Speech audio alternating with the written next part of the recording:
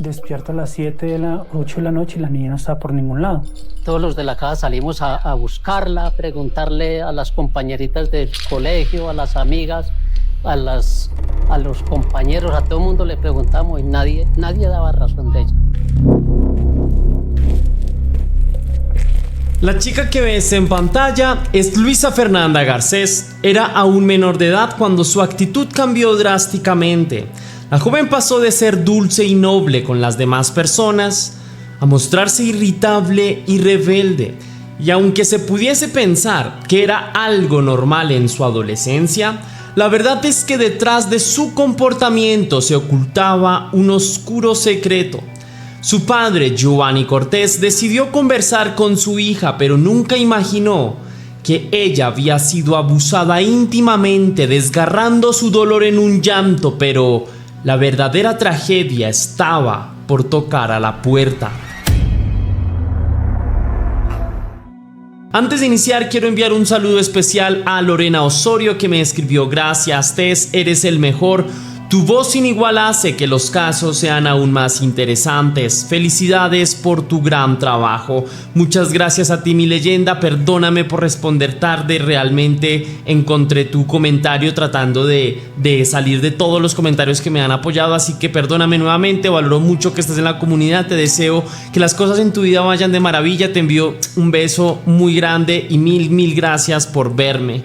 También quiero agradecer a Rafael Pangan Torres, que me envió su apoyo por PayPal. Muchísimas gracias por tu apoyo, mi leyenda, lo aprecio bastante. Gracias por ver el contenido y disfrutar de él. Para mí esto es importante. Te envío un gran abrazo y deseo que las cosas en tu vida vayan de maravilla. Ahora sí, la pregunta del día de hoy es: ¿has dejado entrar a personas extrañas a tu casa? ¿Tienes alguna anécdota que quieras compartir? Te leo en la caja de comentarios.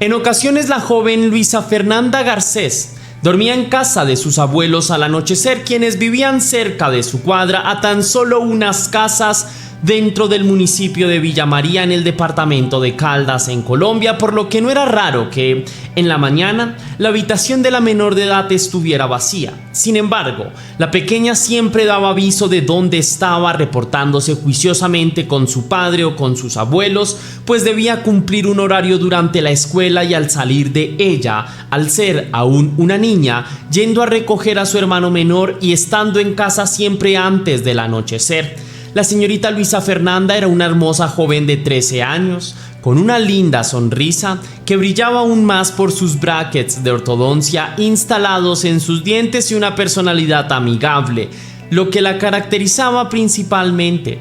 La niña era bastante buena en sus estudios. También tenía muchos amigos con quienes compartía sus ratos libres y una familia que la amaba profundamente, compuesta por su padre, el señor Giovanni, quien trabajaba en la noche y algunas madrugadas como auxiliar de bodega en un banco, su hermano 2 años menor, Juan Esteban, y su madre, la señora Diana Marcela Pérez, quien sufría de problemas de alcoholemia y mantenía una vida despreocupada y en ocasiones libertina, lo que llevó a sus hijos ante el riesgo y el peligro, pues permitió con su negligencia que a su hogar entraran y durmieran personas extrañas, personas malignas que destrozaron su familia. La madre de los menores de edad, la señora Diana Pérez, solía reunirse con sus amigas y amigos para beber hasta caer de ebriedad, sin importar qué día de la semana fuera, tampoco la hora o quién estuviera en su casa, despreocupándose por la vida mientras su pareja trabajaba arduamente y sus hijos estudiaban en el colegio. Días antes de la desaparición de la señorita Luisa Fernanda, la situación en casa ya era complicada. Las últimas actitudes y cambios emocionales habían advertido que la joven padecía una secreta tragedia, un dolor que no la dejaba estar en paz. Después del 20 de enero, a fines de enero, la niña comenzó a cambiar. Según sus familiares, luego del 20 de enero de 2014, la adolescente empezó a tener cambios significativos en su vida, manifestándolos en diferentes contextos de su vida social, notándose inmensamente triste, a veces histérica o con la mirada perdida. Era un poco desobediente, pero no era para que alguien la matara. Era una niña, vino una persona y acabó de buenas a primeras con ella. Fueron las palabras del padre, el señor Giovanni. En el colegio la niña había descuidado sus notas y su disciplina se había descontrolado. Era mucho más rebelde y agresiva con sus compañeros y maestros, tolerándolos poco, alzando la voz y a veces maldiciendo. A pesar de las quejas constantes, de las anotaciones y las citaciones formales con los padres de familia, finalmente el colegio optó por expulsar a la joven declarando su incapacidad para seguirla aguantando, por lo que este radical cambio de conducta y sus consecuencias alertaron a toda su familia. La menor de edad lloraba por horas y sin decir por qué. Su semblante era melancólico y su ira no mostraba una razón aparente. Fue entonces que el señor Giovanni solucionó enviar a su hija con su hermana, invitando a Luisa a vivir con su tía por una temporada en la capital de Colombia, en la ciudad de Bogotá, junto a una pariente que la cuidaría y tal vez la comprendería mejor al ser mujer, tratando de calmar los impulsos de su niña, creyendo que tal vez la distancia haría meditar o tomar control de sus acciones o emociones. Por otro lado, el señor Giovanni y la señora Diana Pérez habían presentado problemas en su relación afectiva, discusiones sobre el alcohol y las personas que entraban sin avisar a casa, también sobre las malas amistades de Diana, que cada vez eran más sospechosas, personas en las que Giovanni definitivamente no podía confiar. Las circunstancias eran complicadas para la pareja. Básicamente la actitud de la madre era sofocante, muy descontrolada, por lo que finalmente el noviazgo se deshizo y asimismo se separaron, marchándose a vivir en diferentes lugares, volviéndose el señor Giovanni Garcés padre soltero de sus hijos, pues la madre básicamente se desentendió de ellos y presuntamente siguió con su vida de excesos. Una llamada desde Bogotá al señor Giovanni por parte de su hermana le revelaría lo que la señorita Luisa podría estar padeciendo, ya que una amiga de su hermana en la capital era trabajadora social y psicóloga, alertándolos de varios signos de un posible abuso físico, el cual pudo haber sufrido su hija. El señor Giovanni decidió encarar a su hija cuando llegó de la gran ciudad con mucho amor de por medio, preguntándole directamente si alguien había abusado de ella o se había propasado de alguna manera, por lo que la menor de edad no pudo contener el llanto y entre lágrimas confesó su amarga tragedia. Ya tenía que entrar a preguntar, ya tenía que entrar a hablar con ella y preguntarle a ver qué era lo que había pasado, cuándo había pasado. Entonces la senté en la sala y le dije: venga mamita, cuénteme una cosa. ¿Usted ha sido abusado sexualmente alguna vez? Ella me miró y se le encharcaron los ojitos. Ya con eso me dijo todo.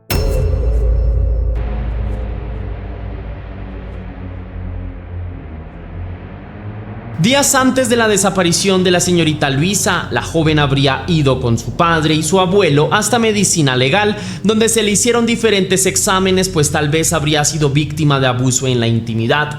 Al parecer, 8 meses antes de la confesión, en enero del mismo año 2014, la joven estaba en casa con su hermano menor, dispuestos a irse a la cama, cuando de repente llegó su madre con una amiga y un tipo extraño al que llamaban Andrés, haciendo ruido y con ganas de continuar la fiesta.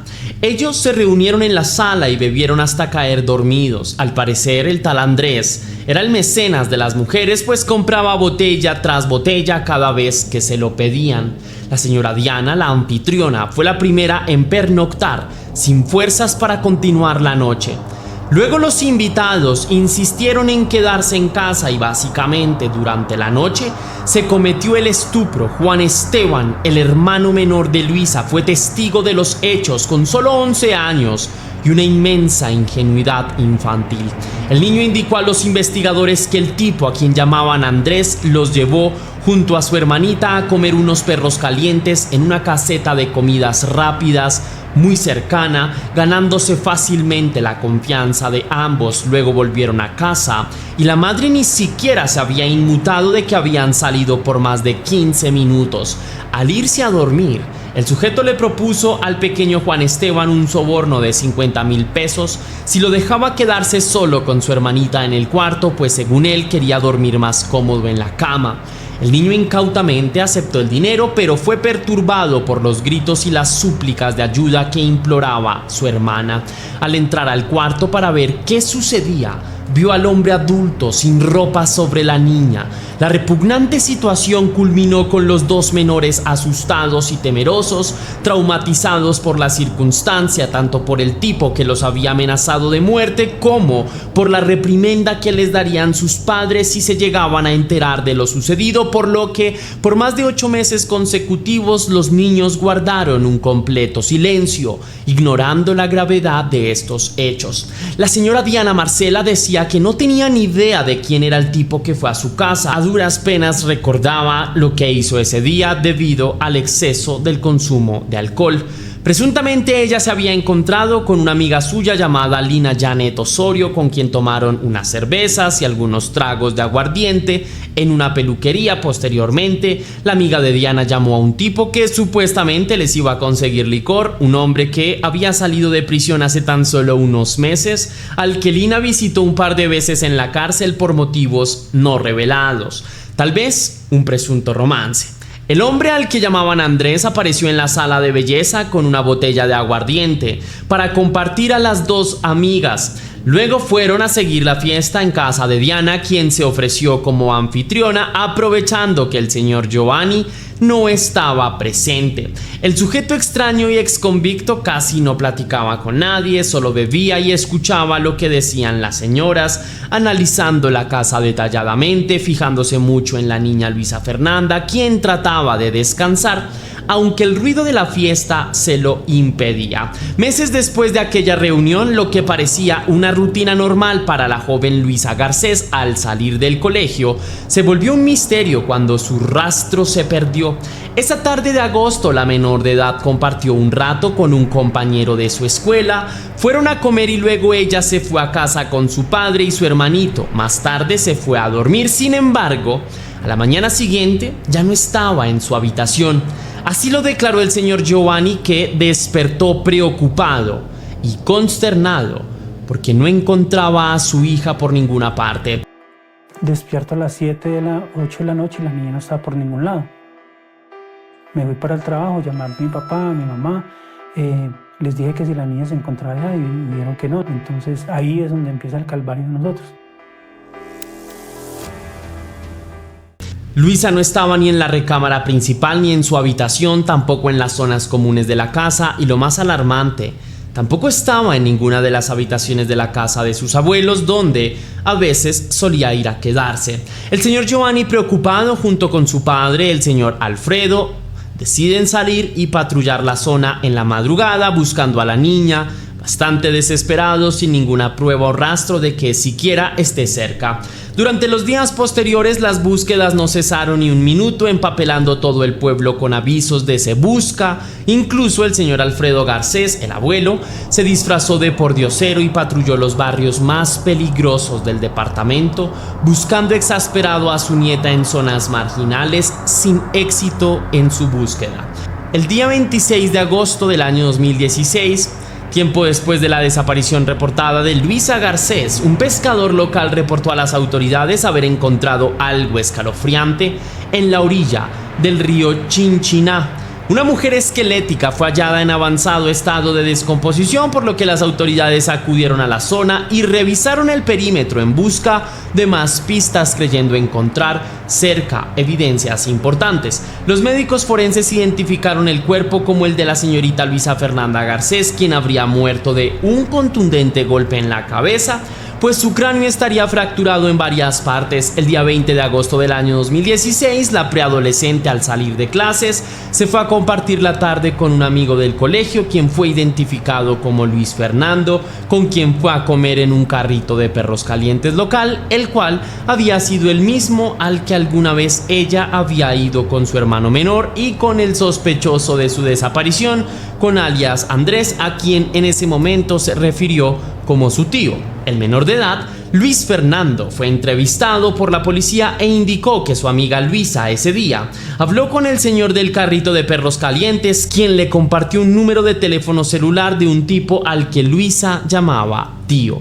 Un rato después de que Luisa llamara al tipo del teléfono, una motocicleta negra se arrimó para recogerla. Luego ella se marchó con el motociclista. Al parecer, según el testimonio del muchacho, Luisa y el motociclista se conocían de antes, pues la joven parecía estar entusiasmada al verlo. El vendedor del carro de perros fue entrevistado también por la policía. Dijo que no conocía al sospechoso, pero tenía su número de teléfono registrado en su celular como El Flaco, porque estaban negociando con él una motocicleta, negocio que nunca se concretó. El hombre confirmó que un motorizado, presuntamente El Flaco o Andrés, se fue con la menor de edad.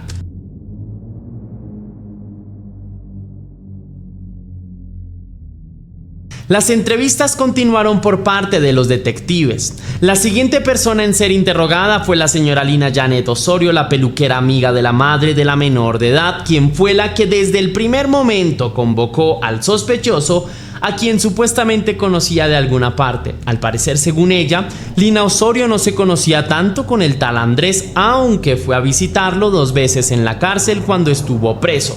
Al no querer cooperar, la policía se contactó directamente con el penal carcelario y pidió el expediente de visitas buscando el nombre de Lina Janet Osorio en la minuta, nombre que efectivamente apareció en más de 2 oportunidades, indicando que la mujer visitaba a un reo en particular, al señor Gabriel Jaime Marulanda Sepúlveda.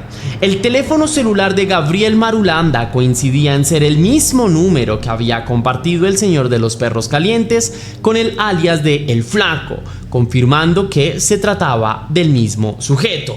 En diciembre del año 2014, meses después del crimen, las autoridades policiales lograron dar con el nombre y la imagen del abusador. El hermano menor y la madre, testigos del día en que se cometió el estupro, reconocieron al sujeto luego de ver las fotografías. Posteriormente, un juzgado dio la orden de captura contra el sospechoso en el mes de abril del año 2015. La policía desconocía el paradero de Jaime Gabriel Marulanda, sin embargo el tipo ya se había metido en problemas y fue reportado por el hurto de un computador. Luego fue liberado arbitrariamente, pero se rastreó hasta la zona de Marsella, en Caldas, donde trabajaba de jornalero, escondiéndose en una enorme finca. Luego de una extensa búsqueda entre fincas y propiedades del sector, Gabriel Marulanda finalmente fue capturado en la ciudad de Manizales por parte de la policía, luego de que compareciera a una cita en la fiscalía por uno de sus tantos delitos no precisamente relacionados. El tipo al principio negó conocer a la menor de edad, renegando ante cualquier vínculo posible con ella, insistiendo en su mentira por al menos 2 años, guardando silencio y dejando a su abogado hablar por él. Luego de recolectar pruebas incontrovertibles, fue acusado y condenado a 46 años de prisión por homicidio y 9 años más por abuso íntimo a menor de edad.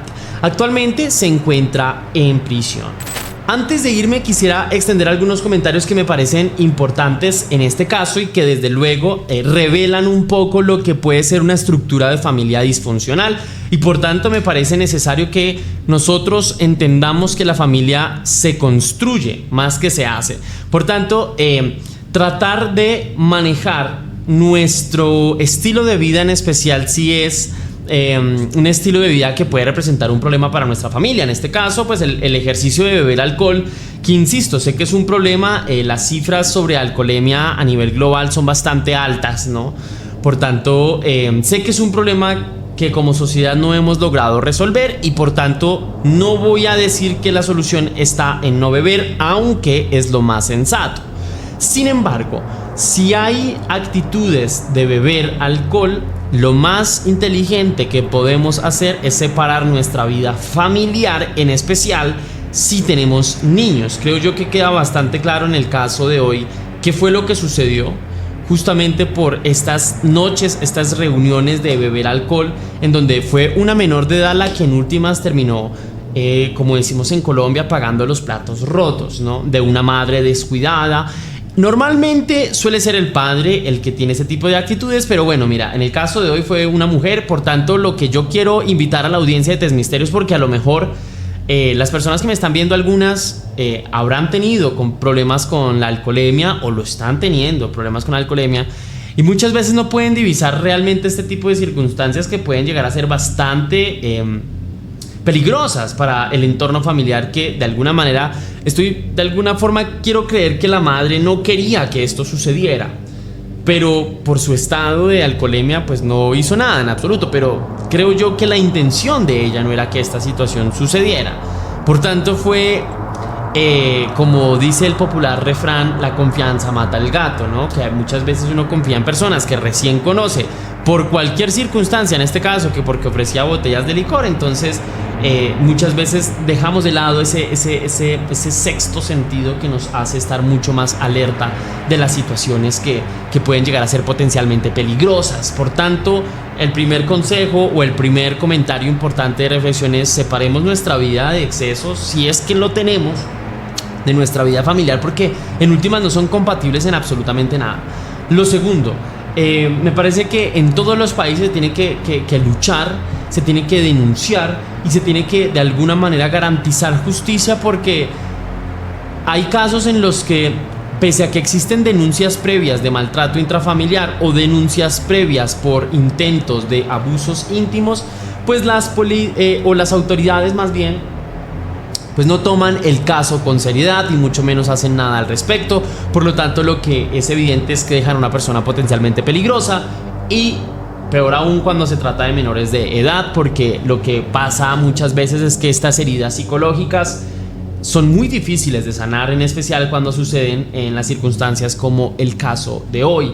Por tanto, si le queremos dar importancia a la salud mental y por consiguiente al estado psicológico de nuestros hijos, de alguna manera también tenemos que proteger para que estén lejos de depredadores como estos, y de alguna forma para que estos depredadores también tengan un tate quieto es hacer uso de los mecanismos legales, pero tratando de garantizar que efectivamente haya un efecto legal en contra de estos comportamientos que, desde luego, espero que todos estemos de acuerdo, son cuestionables, despreciables y se les manifiesta un rechazo absoluto, ¿no? Entonces eso es lo que yo quisiera como extender para ustedes. Valorar la vida me parece que es lo más sensato que podemos hacer hoy, valorar a nuestros seres familiares y proteger y cuidar de ellos, para que, espero que no pase allá en Luisas Fernandas en un futuro, ¿no? Por descuidos como este. Espero que, aunque sea complicado lo que quiero decir, sea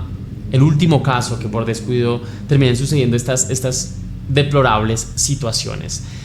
Nada más que desear lo más positivo para el alma de Luisa Fernanda. Espero que esté en el reino de los cielos, si es que es el reino de los cielos su creencia o la creencia de sus familiares, pero espero que entiendan mi idea, espero que esté realmente bien. Ahora sí, muchas gracias por quedarte hasta el final. Te agradezco. Déjame saber con tu misterioso like si te gustó la investigación de este caso.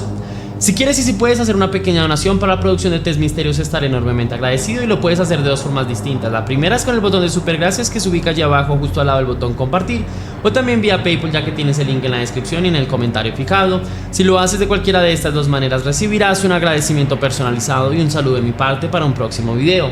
Recuerda que me puedes seguir en mi Instagram Test Misterios si te interesa saber sobre mi vida, o si por el contrario quieres saber de True Crime, en Soy Test Misterios tendrás más contenido, también en Instagram o en TikTok Test Misterios. Y sin más que añadir por hoy, mi querida leyenda, recuerda que las dudas te acompañan, que somos misterio y que tú y yo nos veremos en el próximo caso.